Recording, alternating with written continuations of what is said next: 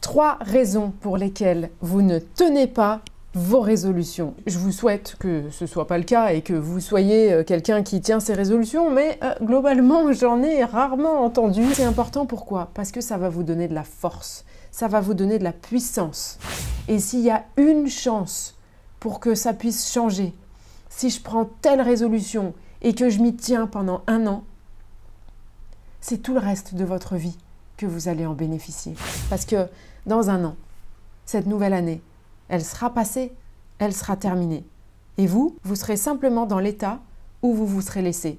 Soit comme avant, soit au contraire transformé grâce aux résolutions que vous aurez prises et que vous aurez respectées. Alors vous, votre satisfaction, elle est où? Arrêtez d'entretenir ce conflit de valeurs et soyez authentique avec vous-même. Posez votre satisfaction au bon endroit. Le but d'une résolution, idéalement, c'est quoi? C'est premièrement, vous passez une bonne année. Et deuxièmement, vous finissez l'année encore plus content que vous l'aviez commencé parce que vous avez obtenu des résultats satisfaisants. 3 raisons pour lesquelles vous ne tenez pas vos résolutions. Bienvenue pour ce 10e épisode de la saison 2 de Reprogrammez-vous. C'est une période assez particulière, la période du mois de janvier, avec les résolutions de l'année, etc. Toutes les excuses sont bonnes, mais les raisons, elles sont responsabilisantes. Aïe, ah, ça, oui, c'est vrai. Il y a beaucoup de gens qui n'aiment pas prendre leurs responsabilités d'eux-mêmes, de leur vie, de leurs circonstances et de ce qui se passe pour eux. Alors, voilà 3 raisons pour lesquelles vous ne tenez pas vos résolutions. Et je vous souhaite que ce ne soit pas le cas et que vous soyez quelqu'un qui tient ses résolutions, mais globalement, j'en ai rarement entendu. Et même cette année, je me suis mise à entendre des gens dire « Ah non, moi je prends plus de résolutions parce que de toute façon, ça sert à rien. » Ah bon, bah écoutez, moi je vous propose 3 raisons pour lesquelles vous ne tenez pas ces résolutions ou pour lesquelles ça ne fonctionne pas pour vous. En ayant compris pourquoi et comment ça fonctionne, vous pourrez du coup prendre des résolutions, les tenir et profiter de la satisfaction qui est au bout du chemin quand vous avez respecté, quand vous avez réellement respecté ce que vous souhaitiez. Alors, la première raison, je l'ai intitulée « Exigence immédiate et manque de cran ». Ah tiens, c'est quoi le cran? Avoir du cran, ça signifie oser, avoir du courage. C'est ça d'avoir du cran. Avoir le courage de dire « Ok, cette année, je vais faire ça ». Mais rendez-vous compte que quand vous prenez des résolutions et que vous vous dites « Allez, ok, cette année, je vais faire ça ». Et puis, après quelques jours ou au mieux quelques semaines, vous vous lassez en fait. Vous pensez que ça aurait déjà dû être résolu, ça aurait déjà dû fonctionner. Mais attendez, l'année, elle est loin d'être terminée. On parle d'une résolution, d'une bonne résolution pour l'année. C'est un peu comme si les résolutions de début d'année, c'était des objectifs qui pouvaient prendre 1 an pour être accomplis. Donc, pour quelle raison est-ce que, au bout de quelques semaines seulement, ou même quelques mois, si vous êtes courageux déjà, pour quelle raison est-ce que vous vous désengagez en vous disant « Oh non, finalement, ça sert à rien », alors que c'est censé prendre 1 an? Ça ne veut pas dire que ça ne marchera pas, ça veut juste dire que c'est pas fini, que l'année n'est pas terminée, et que votre objectif, il est en cours. Alors, qu'est-ce qui fait que vous avez une exigence immédiate avec le résultat malgré le fait qu'une résolution pour l'année, c'est censé pouvoir prendre 1 an avant de se réaliser. Et est-ce que vous avez le courage d'être celui ou celle qui réussit? Il est question d'avoir du cran, avoir le courage d'être celui ou celle qui réussit. Vous allez arriver à la fin de l'année en ayant réussi ce que vous souhaitiez accomplir cette année. Rendez-vous compte que de toute façon, l'année, elle va s'écouler. De toute façon, vous allez arriver au bout de l'année. Est-ce que vous serez celui qui a réussi? Est-ce que vous serez celui qui a respecté sa résolution, coûte que coûte, dans les moments de doute, d'hésitation, de se dire « Oh non, allez, laisse tomber, je laisse tomber ». Est-ce que vous êtes celui qui se reprend en main, peut-être au bout de quelques instants ou quelques jours, peu importe, ou même quelques semaines, on s'en fout. Vous n'avez pas besoin d'être absolument constant dans votre capacité à être à fond dans ce que vous faites, mais simplement d'être constant, d'être consistant dans la durée, d'être honnête avec vous-même que s'il y a quelque chose qui est vraiment important pour vous, ok, vous allez en faire une priorité et le respecter. Parce que ça s'apprend d'avoir du cran. Vous n'êtes pas obligé d'être déjà celui qui est super courageux ou qui tient ses résolutions, mais ça s'apprend. Et vous pouvez apprendre. Il est peut-être temps, quel que soit votre âge, il n'est jamais trop tard, il n'est jamais trop tôt. Ça s'apprend d'avoir du cran. Ça s'apprend de prendre soin de soi. Ça s'apprend d'assumer la responsabilité de nous-mêmes, de qui nous sommes et de ce que nous vivons au quotidien. On n'est pas obligé d'être simplement là en train de subir ce qui se passe. On peut être là en tant que l'acteur et le décideur de notre vie. Les résolutions, ça en fait partie. Une deuxième raison, je l'ai appelée perte de sens et ignorer le problème. Globalement, prendre une résolution. En français, c'est assez flagrant, c'est le même mot que pour la résolution d'un problème. Ah, tiens, on est d'accord, c'est bien le même mot. Alors concrètement, avec vos belles résolutions, quel est le problème que vous cherchez à résoudre ? Quelle est la chose qui vous pose problème ou qui vous est inconfortable, que vous souhaitez modifier? C'est un peu comme le chien qui est assis sur un clou. Je ne sais pas si vous connaissez cette histoire. Il y a un chien qui est en train de gémir à côté de son maître qui est assis sur une chaise à côté du chien. Et puis il y a un passant qui passe et qui entend le chien gémir et qui s'adresse au maître et qui dit « Mais monsieur, pourquoi est-ce que votre chien il reste là assis sur le clou ?» Le maître y répond simplement parce que ça ne fait pas suffisamment mal pour bouger. Ah tiens, eh ouais. Du coup, et vous alors, vous en êtes où?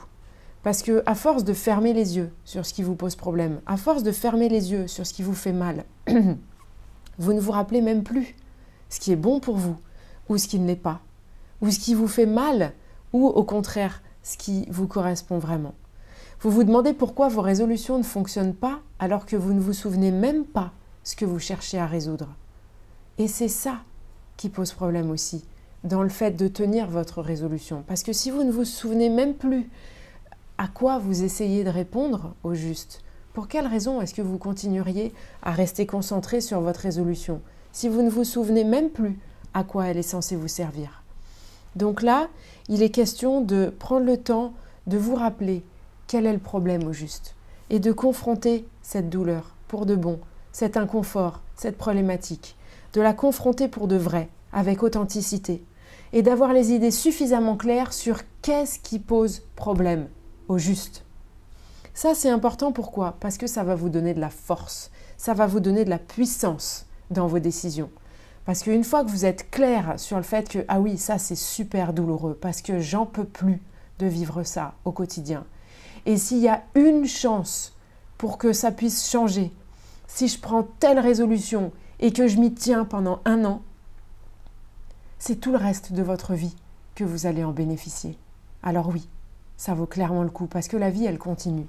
Et ce qui se passe, c'est que c'est maintenant que vous vous préparez. L'année, elle va être longue et il va se passer l'été aussi en cours de route. La plage peut-être, les vacances vont vous appeler au fur et à mesure sur le chemin. Comment est-ce que vous allez rester concentré sur votre décision?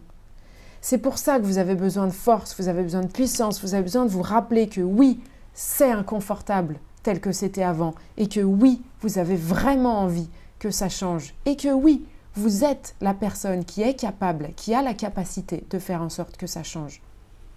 Parce que dans 1 an, cette nouvelle année, elle sera passée, elle sera terminée. Et vous, vous en serez où? Vous serez simplement dans l'état où vous vous serez laissé. Soit comme avant, soit au contraire transformé grâce aux résolutions que vous aurez prises et que vous aurez respectées. Une troisième raison essentielle pour laquelle vous ne tenez pas vos résolutions, c'est un conflit de valeurs. Authenticité ou satisfaction? À quel endroit est-ce que vous placez authentiquement votre satisfaction? Est-ce que c'est dans le fait de tenir votre résolution ou est-ce que c'est dans le fait d'obtenir un certain bénéfice ou est-ce que c'est dans le fait d'avoir été celui ou celle qui a transformé ce qui lui posait problème? Ou est-ce que c'est simplement dans le fait de vous laisser faire aux aléas de la vie et des circonstances et des préoccupations et des pseudo-priorités qui vous privent de vos vraies priorités et qui vous prennent votre temps et votre énergie et vos pensées? En janvier 2023, j'ai pris la route pour la première fois toute seule depuis une bonne dizaine d'années au moins. Et quand je suis revenue une dizaine de jours plus tard, je me suis mise à avoir faim, à manger beaucoup plus que précédemment. Et pour éviter de devenir une grosse patate, j'ai décidé de faire du sport tous les matins à jeun et de commencer une dynamique comme ça. Au début, je faisais simplement quelques minutes de yoga parce que je ne pouvais pas faire plus. Mon état de santé était difficile et j'avais pas beaucoup d'énergie. Donc j'ai commencé avec ce que je pouvais. Et en plus, je me sentais ridicule dans certaines positions. Je ne sais pas si vous connaissez l'espèce de position en triangle comme ça, avec les fesses vers le haut et posées sur les mains et sur les pieds. Et je me sentais ridicule parce que ça a l'air vachement stylé quand c'est des yogis ou des gens assez expérimentés en yoga qui le font. Moi, je ressemblais à rien parce que j'étais raide, j'étais pas du tout dans une souplesse qui me permettait de faire cette pose correctement. Donc, j'étais vraiment pas à l'aise du tout en fait. Et sans rancune, j'ai continué à faire mon yoga et j'ai fait du sport chaque matin pendant plusieurs mois. Et puis après, j'ai espacé un petit peu, plusieurs matins par semaine, au moins tout le reste de l'année. Et en fait, à Noël 2023, donc un an plus tard, j'ai été complètement stupéfaite parce que je me suis retrouvée, je crois que c'était le matin de Noël d'ailleurs, en train de faire mon yoga. Et là, je ne m'y attendais absolument pas parce que ce n'était pas un but en soi. Je m'y attendais absolument pas. J'ai senti le sol sous mes talons. Dans cette fameuse position où d'habitude j'étais complètement comme je pouvais, mais pas forcément très souple, bah là j'ai senti mes talons frôler le sol en fait. Ce qui veut dire que j'étais beaucoup plus souple qu'avant, au point de pouvoir quasiment poser les pieds à plat par terre, malgré cette position assez particulière. Alors où est-ce que je veux en venir avec tout ça? C'est de savoir où est-ce que vous placez votre satisfaction. Si j'avais voulu absolument faire cette pose de la façon parfaite, etc., et poser les talons par terre, j'aurais peut-être abandonné avant un an. Parce que un an à faire mon yoga tous les matins sans jamais obtenir le résultat que je souhaitais, ça aurait pu être dur. Mais où est-ce que vous placez votre satisfaction? Moi, ma satisfaction, elle n'était pas là. Je ne voulais pas devenir un yogi ou être absolument spectaculaire dans cette position-là ou dans une autre. Ce que je voulais, c'était faire du sport tous les matins parce que je sentais que ça me faisait du bien et que c'était bon pour moi. C'était ça ma priorité. Quels que soient les résultats spécifiques de sport ou de nombre de répétitions ou de quantité d'exercices ou de capacité de souplesse, quel que soit tout ça, moi, ce que je voulais, c'était faire mon sport tous les matins parce que ça me faisait du bien. Et ça, c'était ma priorité. Et ma satisfaction, elle était là parce que je savais que ça m'emmenait au bon endroit par rapport à là où j'en étais dans ma vie. Et ça répondait aux besoins que j'avais à ce moment-là et aux intentions que j'avais posées, pour lesquelles cette envie-là est arrivée comme une réponse finalement. Alors, je l'ai fait et au début, je faisais parfois que ça de ma journée parce que j'avais pas l'énergie de faire davantage, mais c'était ça ma priorité absolue. Et petit à petit, l'énergie est revenue et toute une dynamique s'est remise en place. Et comme vous le voyez, j'ai plutôt bonne mine alors que c'était pas gagné avant cette année-là que je viens de passer à retrouver justement une santé, une forme. J'ai repris du poids et je me sens plus en forme que jamais auparavant. Alors vous, votre satisfaction, elle est où ? Arrêtez d'entretenir ce conflit de valeurs et soyez authentique avec vous-même. Posez votre satisfaction au bon endroit. Ne la mettez pas là où vous pensez que « oh, ce serait bien si machin ». Non, qu'est-ce qui vous fait vraiment du bien?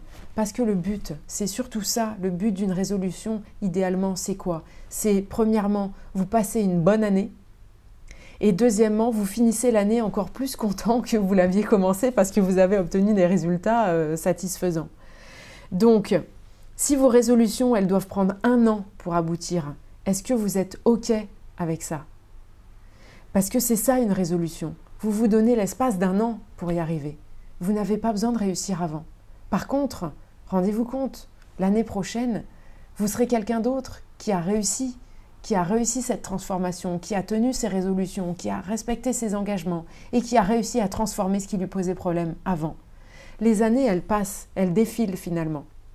Et au lieu de rester tout le temps coincé dans les mêmes problèmes, eh bien vous avez la possibilité d'avancer. Vous avez la possibilité de transformer votre vie, une étape à la fois, un pas à la fois, un sujet à la fois. Mais faites-le, Parce que si vous ne faites rien ou si vous abandonnez en vous disant « Oh non, c'est trop long, oh non, c'est trop dur », au final, vous subissez une vie qui ne vous satisfait pas. Et c'est souvent pour ça qu'on retrouve des témoignages de gens qui arrivent en fin de vie et qui regrettent d'avoir pas assez fait ce qu'ils auraient voulu, qui regrettent de ne pas avoir assez aimé, qui regrettent de ne pas avoir assez pris soin d'eux ou pris soin des gens qu'ils aiment, qui regrettent de ne pas avoir osé avoir le cran de faire ce qu'ils auraient aimé faire, d'avoir osé essayer, parce que finalement la vie elle passe, et si on fait simplement le minimum, de peur d'eux, bah au final la vie elle est passée et on n'a pas fait ce qu'on aurait espéré. Alors oui, parfois ça représente de prendre des risques, mais est-ce que ça vaut la peine ? Ça, c'est à vous de le décider, c'est à vous de voir. Et voyez, bien sûr que c'est dur. C'est dur pour tout le monde. Par contre, maintenant, on sait pourquoi. On sait pourquoi c'est dur et on sait comment faire autrement. On a la capacité de nous reprogrammer. On a la capacité de transformer, si vous avez des peurs ou des craintes ou des conflits intérieurs qui vous bloquent et qui vous empêchent d'avancer.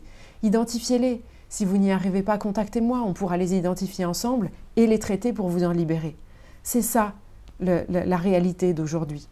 Il y a 30 ans, on savait à peine ce que c'était qu'un téléphone portable, qu'un smartphone ou comment utiliser Internet. Aujourd'hui, c'est monnaie courante. Imaginez dans 30 ans ce que ce sera la reprogrammation de soi. Ce sera monnaie courante pour tout le monde.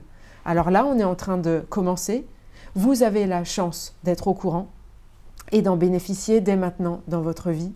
Je vous le souhaite. Pour y arriver, quand vous avez besoin de dépasser des schémas ou des difficultés, des croyances ou des programmes, vous pouvez me contacter. Contactez-moi, je propose désormais des séances individuelles de libération, de reprogrammation. Ça peut être ponctuel ou ça peut être suivi selon le besoin, selon l'ampleur de la problématique que vous souhaitez aborder. Je propose également des livres comme celui-ci, Reprogrammez-vous, de la théorie à la réalité. Profitez-en.